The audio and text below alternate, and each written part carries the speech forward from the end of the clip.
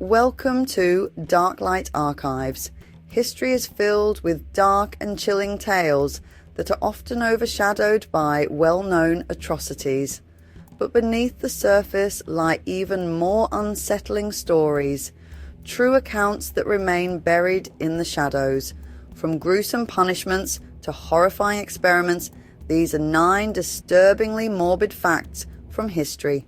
Viewer discretion is advised.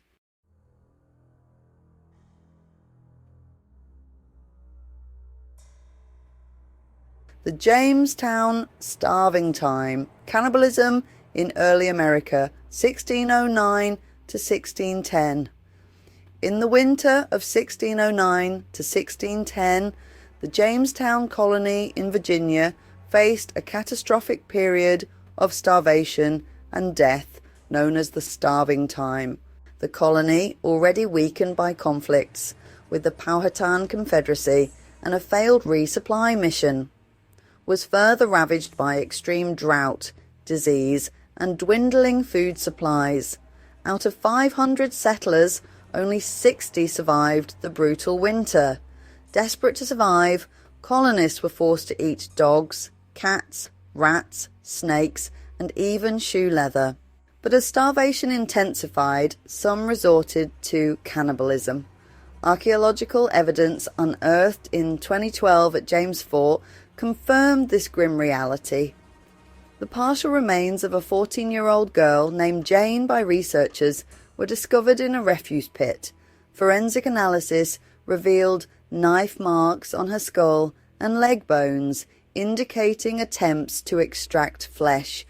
Researchers from the Smithsonian Institution and Jamestown Rediscovery concluded that Jane was butchered for consumption after her death, likely by starving settlers.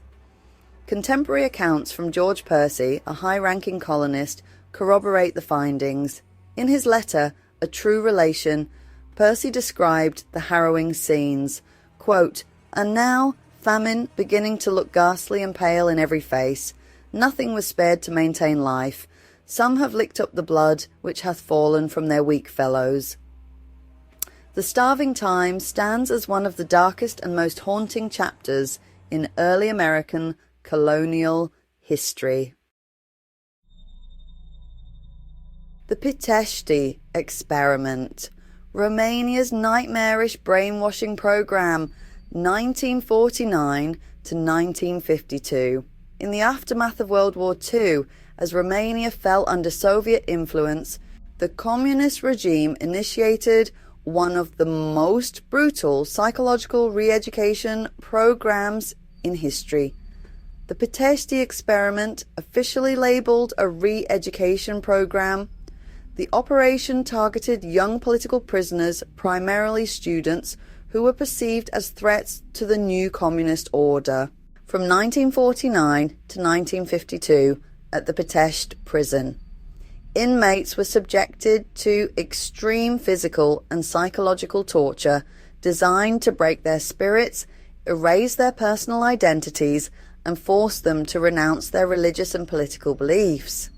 The program was orchestrated by the Romanian Securitate, secret police, and led by Alexander Spesivtsev, a Soviet-trained operative.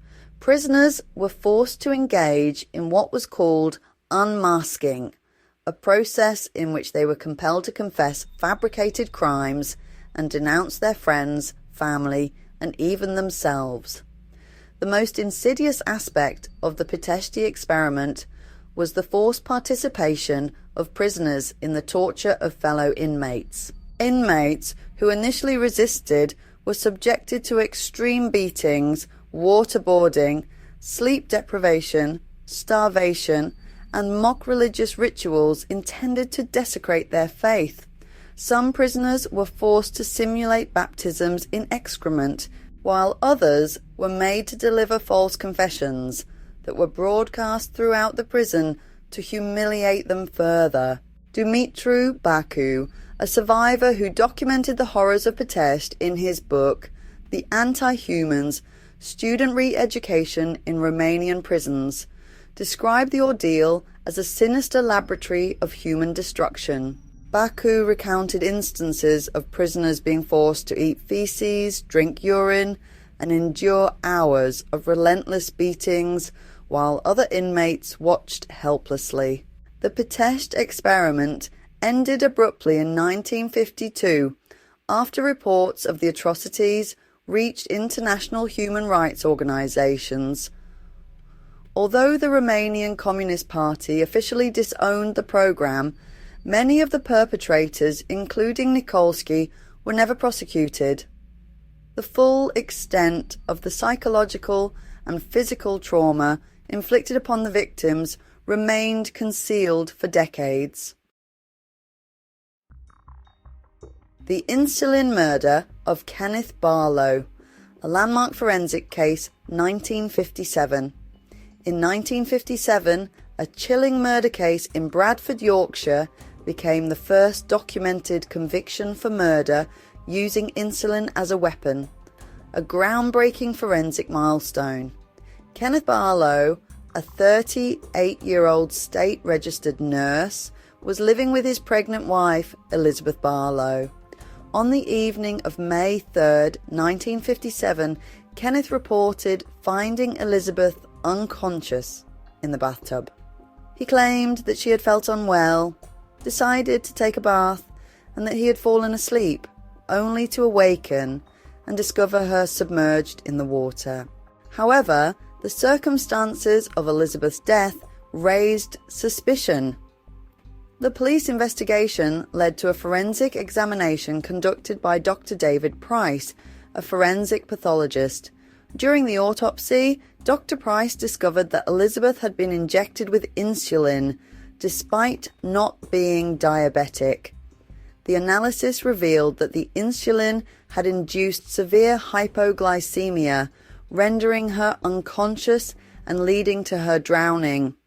Investigators also uncovered 2 puncture marks on Elizabeth's body, indicative of recent injections. Further scrutiny revealed that Kenneth had obtained insulin without a prescription under suspicious circumstances. At the trial held at Leeds Assizes in December 1957, the prosecution argued that Kenneth had injected his wife with insulin, causing her to lose consciousness before placing her in the bath to stage an accidental drowning. The alleged motive was that Kenneth did not want Elizabeth to have their baby. However, this motive was described as tenuous by the prosecution, and Kenneth continued to deny the charges throughout the trial. Kenneth Barlow was found guilty of murder and sentenced to life imprisonment, serving 26 years before being released in 1984. His case became a landmark in forensic pathology, as it was one of the first major cases to utilize insulin as a murder weapon, and highlighted the challenges in detecting insulin poisoning in non-diabetics. The case also served as a cautionary tale in the medical field, prompting further research into detecting insulin and other substances used covertly as poisons. In the 1990s, the Russian city of Novokuznetsk became the hunting ground of one of the most chilling and depraved killers in the country's criminal history, Alexander Spesivtsev, later known as the Siberian Ripper. His crimes were discovered by chance in October 1996, exposing a grisly series of murders that had gone unnoticed for years. Alexander's descent into violence began in the late 1980s when, at the age of 18, he kidnapped and tortured his girlfriend for a month following a breakup. She ultimately died of sepsis from her untreated injuries. Spesivtsev was subsequently declared mentally unfit and was confined to the Oriol Special Psychiatric Hospital, a high-security facility for the criminally insane. He was released after a few years, under circumstances that remain unclear. Following his release, Spesivtsev moved back in with his mother, Lyudmila Spesivtseva, who would later assist him in his crimes. The first signs of his atrocities emerged in June 1996, when dismembered remains of children, including gangrenous heads and torsos, began washing up on the banks of the river Aber. Investigators found buried bones of at least 15 victims aged between 3 and 14. Despite the horrific findings, there was insufficient evidence to link the murders to Spesivtsev at the time. The full extent of his crimes was only uncovered in October 1996, when plumbers were dispatched to Alexander's apartment after being denied entry for several days. Sensing something was wrong, they called the police. Inside the apartment, officers discovered a nightmarish scene: the dismembered body of a young girl in the bathtub and a severely injured 14-year-old girl named Olga G., who was found lying on the sofa, barely alive. Olga revealed that Spesivtsev had abducted her and her 2 friends, tortured them for days, and forced her to eat the flesh of her murdered friends. Spesivtsev was immediately arrested, along with his mother Lyudmila, who had lured the girls to the apartment under the guise of offering them food and shelter. During his interrogation, Spesivtsev initially confessed to multiple murders, but later retracted his statements. Despite the evidence found in the apartment, he was only convicted of the murders of Olga G. and her 2 friends, as investigators lacked sufficient evidence to connect him conclusively to the remains found along the river Aber. In 1997, Spesivtsev was declared mentally unfit to stand trial and was sentenced to indefinite confinement in the Cameroon Regional Hospital, a psychiatric facility for the criminally insane. His mother, Lyudmila, was sentenced to 13 years in prison for her role in aiding her son. The case of Alexander Spesivtsev remains one of the most horrific in Russian criminal history, a chilling example of brutality, cannibalism, and family complicity in unspeakable crimes. Lingchi, also known as death by 1,000 cuts or slow slicing, was a form of capital punishment officially sanctioned in Imperial China during the Yuan dynasty from 1271 to 1368 CE and continued under the Ming and Qing dynasties. Lingchi was reserved for the most heinous crimes, such as treason, patricide, and mass murder. The punishment was designed to inflict maximum suffering while serving as a public spectacle of imperial power and authority. The condemned was tied to a wooden frame in a public square, and executioners would methodically slice away portions of flesh from the body over an extended period. The number of cuts varied, but in some cases it ranged from 100 to 300 incisions, with the final cut being a fatal blow to the heart or decapitation. One of the most notorious recorded cases of Lingchi occurred in 1904, involving Wang Weiqin, a man convicted of murdering his master. Photographs of his execution, captured by French soldiers stationed in Beijing, became some of the earliest visual documentation of the punishment. The images were widely circulated in the West, sparking international outrage over the perceived barbarity of the practice. In 1905, under increasing pressure from reformist officials such as Shen Jiaben, the Guangxu Emperor officially abolished Lingchi as a legal punishment. The decision to end the practice was part of broader judicial reforms aimed at modernizing China's legal system and eliminating so-called cruel and unusual punishments.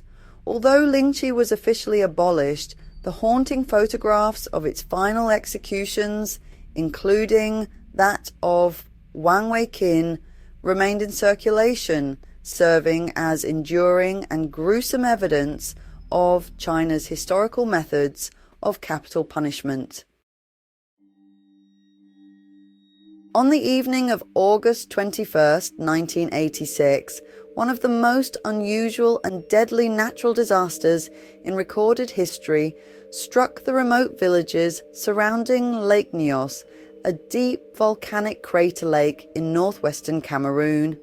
In a matter of minutes, more than 1,700 people and over 3,500 livestock were killed, not by fire or flood, but by an invisible cloud of gas. Lake Nyos sits atop a pocket of magma, which slowly leaks carbon dioxide, CO2, into the lake's depths. Over time, this gas dissolves under pressure, forming a deep, dense layer of CO2 at the bottom of the lake. On that night, a limnic eruption, a rare natural phenomenon, triggered the sudden release of an estimated 100,000 to 300,000 tons of CO2 into the atmosphere. The gas, heavier than air, poured over the crater's rim and cascaded down into nearby valleys, displacing oxygen and asphyxiating everything in its path. Villages like Nyos, Subum and Char were instantly overwhelmed. People and animals collapsed where they stood, many dying in their sleep with no visible injuries. Survivors described hearing a loud thunder-like rumble before a white mist began to spread across the landscape. One survivor, Joseph Nquine, recalled, "I could not speak. I became unconscious. I could not open my mouth because then I smelled something terrible. I looked around and saw my daughter lying lifeless. I thought I was dreaming." Following the disaster, scientists from the United States Geological Survey, USGS, and French research institutions arrived in Cameroon to study the phenomenon. Their investigation confirmed that the CO2 had accumulated at the lake's bottom and was released by a triggering event, possibly a landslide or temperature disturbance. To prevent another catastrophe, engineers installed degassing tubes into the lake starting in 2001. These devices slowly release CO2 from the lake's depths, reducing pressure and preventing future explosive releases. The Lake Nyos disaster remains the deadliest recorded limnic eruption and one of the most bizarre natural disasters of the 20th century. Its silent, invisible force caught the world by surprise and fundamentally changed how scientists understand the risks of volcanic crater lakes. Long before the term serial killer was even coined, America was haunted by a family of ruthless murderers known as the Bloody Benders, operating a small inn and general store in Labette County, Kansas. The Bender family lured unsuspecting travelers to their remote cabin, where they met gruesome and horrific fates. The Bender family consisted of John Bender, his wife Elvira, son John Jr., and daughter Kate. Kate Bender, a self-proclaimed psychic and healer, would engage guests in conversation at the dinner table, encouraging them to sit in a specific seat positioned over a trapdoor. While the guest was distracted, John Jr. or John Sr. would strike them from behind with a hammer, crushing their skull. The victim's throat would then be slit by Elvira or Kate to ensure death. The body was dropped through the trapdoor into the basement, where it was stripped of valuables and buried in shallow graves on the property. The Benders' murderous spree came to light in 1873 after a series of disappearances drew the attention of local authorities. Among the missing was Dr. William York, a well-known physician whose brother, Colonel Ed York, launched a search. After York's relentless investigation, a search party was assembled to inspect the Bender property. Inside the cabin, investigators found a blood-soaked trapdoor leading to the basement, which reeked of decaying flesh. In the orchard behind the cabin, searchers unearthed at least 11 bodies, including Dr. York and a young girl buried alongside her father. The girl's skull was crushed, but evidence indicated she'd been buried alive. Investigators also found dismembered body parts and skeletal remains scattered around the property, suggesting the Benders may have murdered many more than the 11 confirmed victims. Before they could be apprehended, the Benders vanished without a trace. The family fled, leaving behind all their possessions and horses. Despite nationwide manhunts and numerous reported sightings, the Benders were never caught. Theories about their fate range from vigilante justice to their successful escape to remote parts of the frontier. The discovery of the murder cabin and the gruesome remains inside became a national sensation, earning the Benders the ominous title of America's first serial killer family. The chilling tale of the Bloody Benders inspired numerous folklore stories, novels, and films, cementing their place in the dark annals of American crime. In 1904, the Louisiana Purchase Exposition, better known as the St. Louis World's Fair, promised to showcase human achievement, innovation, and culture. But among its most popular exhibits was something far more disturbing, a so-called human zoo, where indigenous people from colonized lands were put on display as objects of curiosity and exoticism. More than 1,100 people from the Philippines, recently acquired by the US following the Spanish-American War, were transported across the Pacific and placed in constructed tribal villages for the amusement of fairgoers. The most heavily promoted were the Igorot people, whose cultural identity was sensationalized and exploited. A sacred Igorot practice, the ceremonial slaughter and consumption of dogs was transformed into a degrading performance.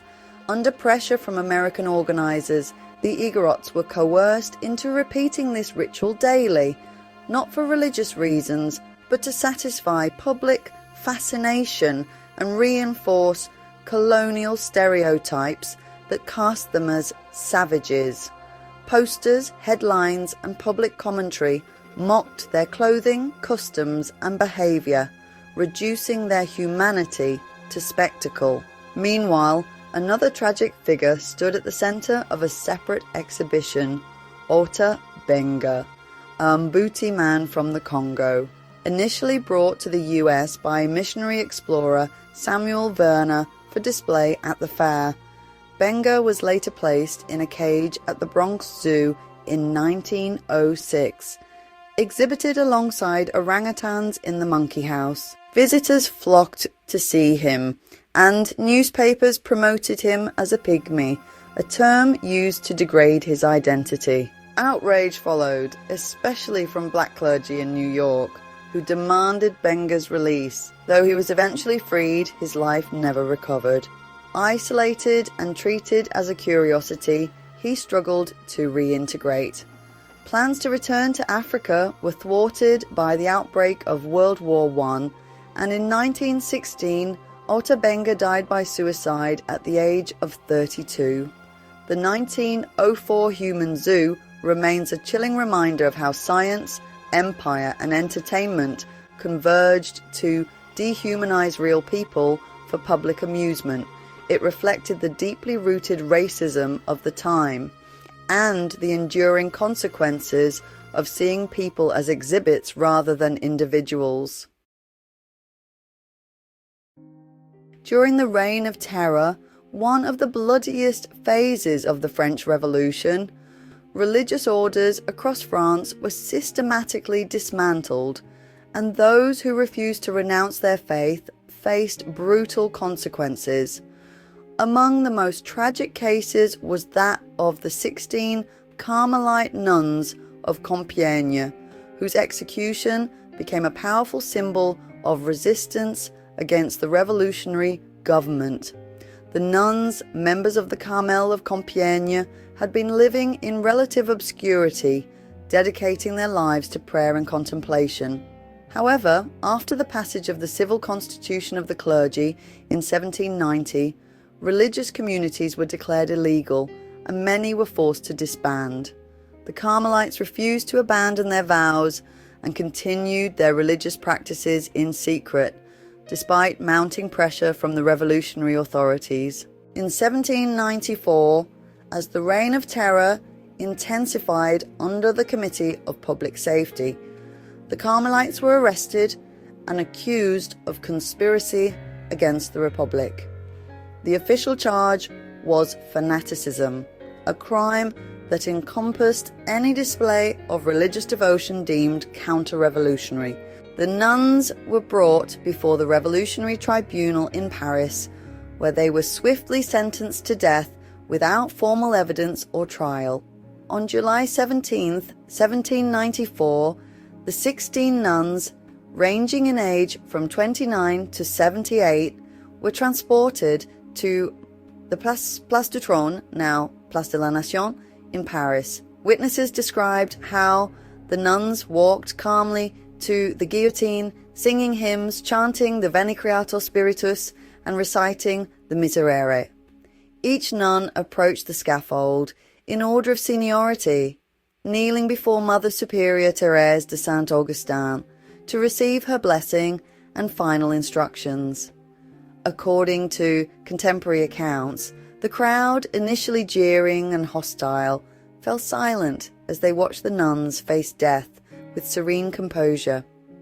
Sister Constance, the youngest at 29, was the first to be executed, followed by each of her sisters in turn.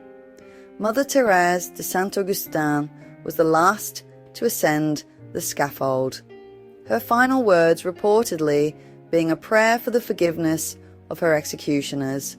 Just 10 days after the execution of the nuns, the Reign of Terror abruptly ended with the fall and execution of Maximilien Robespierre.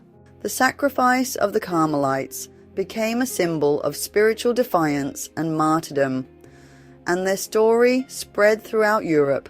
In 1906, Pope Pius X officially beatified the 16 nuns, recognizing them as blessed, a step on the path to sainthood. Their story inspired many works of art and literature, most notably the 1931 novella The Last on the Scaffold by Gertrude von Lefort. French writer Georges Bernanos later adapted the story into a dramatic screenplay, which was posthumously staged as the play Dialogues des Carmélites in 1952. This moving portrayal of the nuns' final days reached global audiences when Francis Poulenc composed the opera Dialogues des Carmélites, which premiered in 1957 at La Scala. The opera remains one of the most celebrated 20th century operatic works and continues to honour their sacrifice. The Martyrs of Compiègne stand as an enduring symbol of steadfast faith in the face of tyranny, women who walked calmly to their deaths with dignity, solidarity, and unshakable devotion. History is filled with darkness, tales that remind us of the depths of human cruelty.